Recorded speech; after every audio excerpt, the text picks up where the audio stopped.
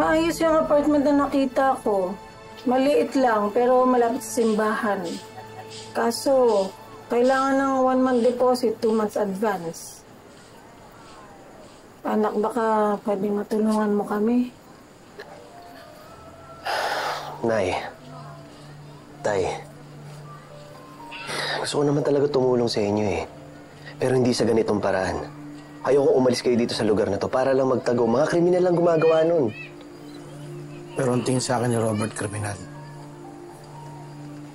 Hindi ako mapapatawad nun. Hindi ko na alam kung hanggang kailan ako magsisinungaling sa kanila. Sa kanila ng asawa ko. Kung ano-anong palusot na yung ginagawa ko eh. Nakukonsensya na ako sa panloloko natin sa kanila.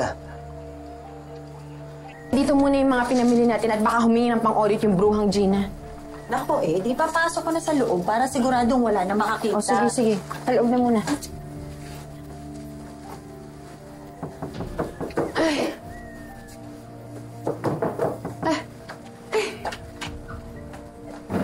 Oh, Robert! Betsy! Papasok ka. Oh, love. Saglit. Lagay natin dito. Sabi ko na nga ba, nandito ka eh.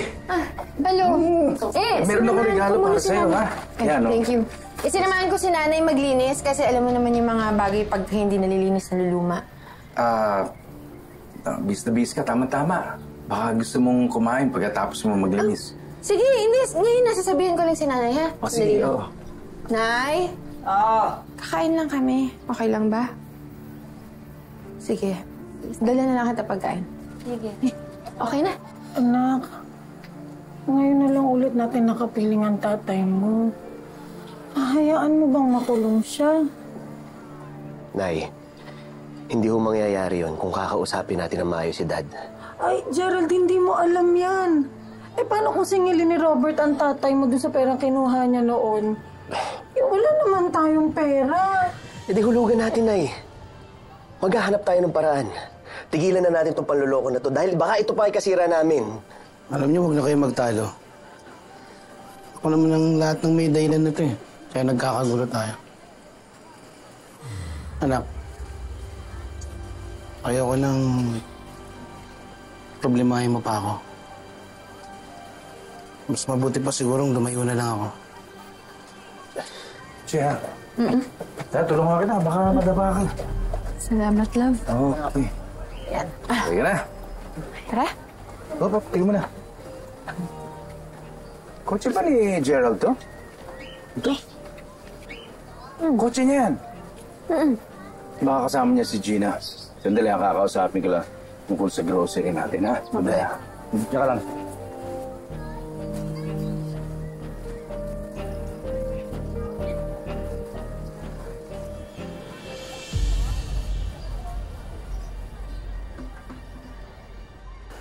Hindi ka aalis, Marcel. Gerald, ngayon lang hihiling ang tatay mo sa'yo. Importante sa akin to. Kaya sana sundin mo naman ang gusto ko.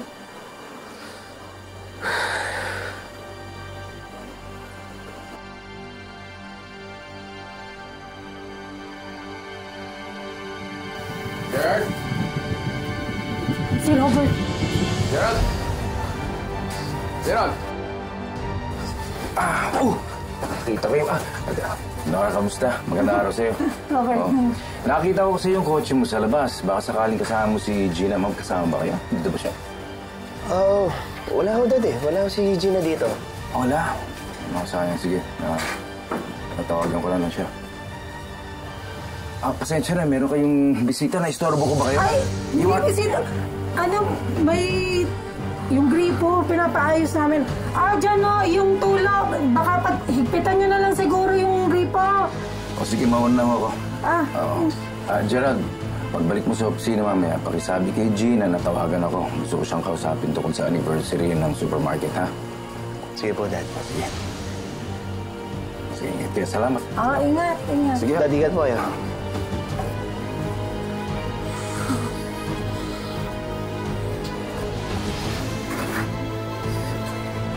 Tay.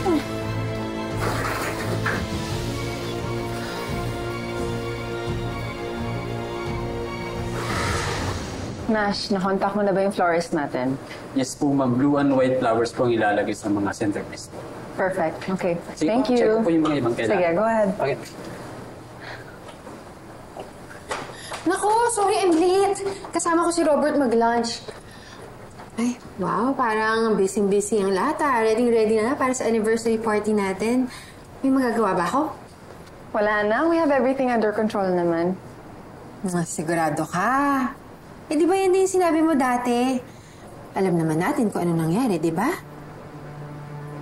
Eh, oh, sorry. Hindi ko napigilan yung pagiging takles ako. Sorry, FF. Okay lang. Ma'am, excuse me po.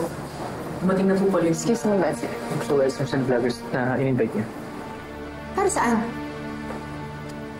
Tuloy-tuloy kasi yung efforts namin para makabawi. So, pumayag na ako magpa-interview sa kanila. Papaalam ko lang na naging maayos naman yung pag-uusap natin sa mga na-injure nun. Oh, good! Kasamahan kita sa interview. Sandali, mag-retouch lang ako. Betsy, hindi na. Kaya ko na mag-isa to. Tara, samahan mo na lang ako. Pabida talaga forever. Ma'am, pwede ko po ba kayong makausap? Huwag ngayon. Pero ma'am, kailangan ko na po kasi mapa-opera yung anak ko eh. Di ba sabi ko, tutulungan kita dyan? Huwag mo akong kulitin. Nagmamadaling tao. Isip ka.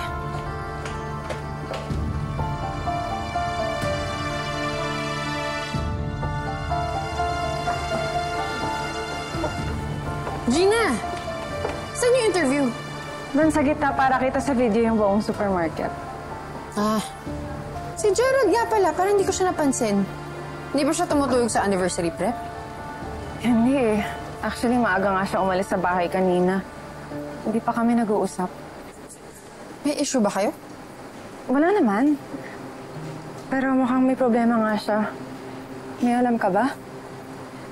Wala eh. Pero alam mo, parang napansin ko nga yan. Parang may ibang kinikilo si Gerald. May tinatago. Pag may kausap siya sa phone, bumubulong siya. Tulad mong isang gabi, dinatnan mo kami. Sinisita ko nga siya noon kung bakit... Sino ba yung kausap niyang pabulong? Nanay daw niya kausap niya, Betsy. Nanay? Eh kung nanay niya, ba't di niya nalang sinabi sa akin? Ewan ko pagkausap ko naman yung nanay ko, hindi naman ako bumubulong.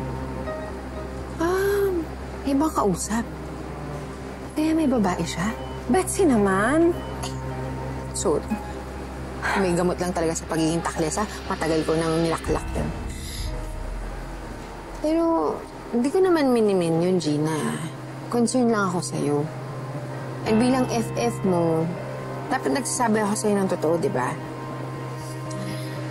Huwag mong baliwalain ang kutob mo.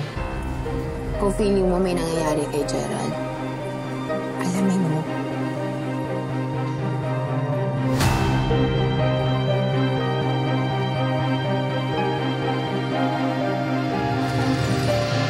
Kamusta na ba yung investigation doon sa nagsabotahe sa promo event? Kung sino man ang naglagay ng mga fake tickets doon sa loob ng backpack ko, wala siyang konsensya. Eh paano kung napilitan lang siya? Sino inaantay mo dito sa labas? Ano, nagkabukingan ba? Pwede ba tigilan mo ako? May jowa yung nanay mo. Bakit sino ba yun? Teka, ibig sabihin? Ay, Mal. Nasaan ka ba? Pwede ba tayo magkita mamaya sa park kahit mga alas 4 na? Betsy, walang ginagawang masama ang asawa ko. Paano kung meron? Kung ako sa'yo, pupuntahan ko siya. Ay! Ikaw yung bago hire namin sa supermarket, hindi ba? Pasensya na, ma'am. Nagmamadali po kasi ako. Si Ma'am Gina. Ano? Nandiyan siya? Gerald, I've been looking all over for you.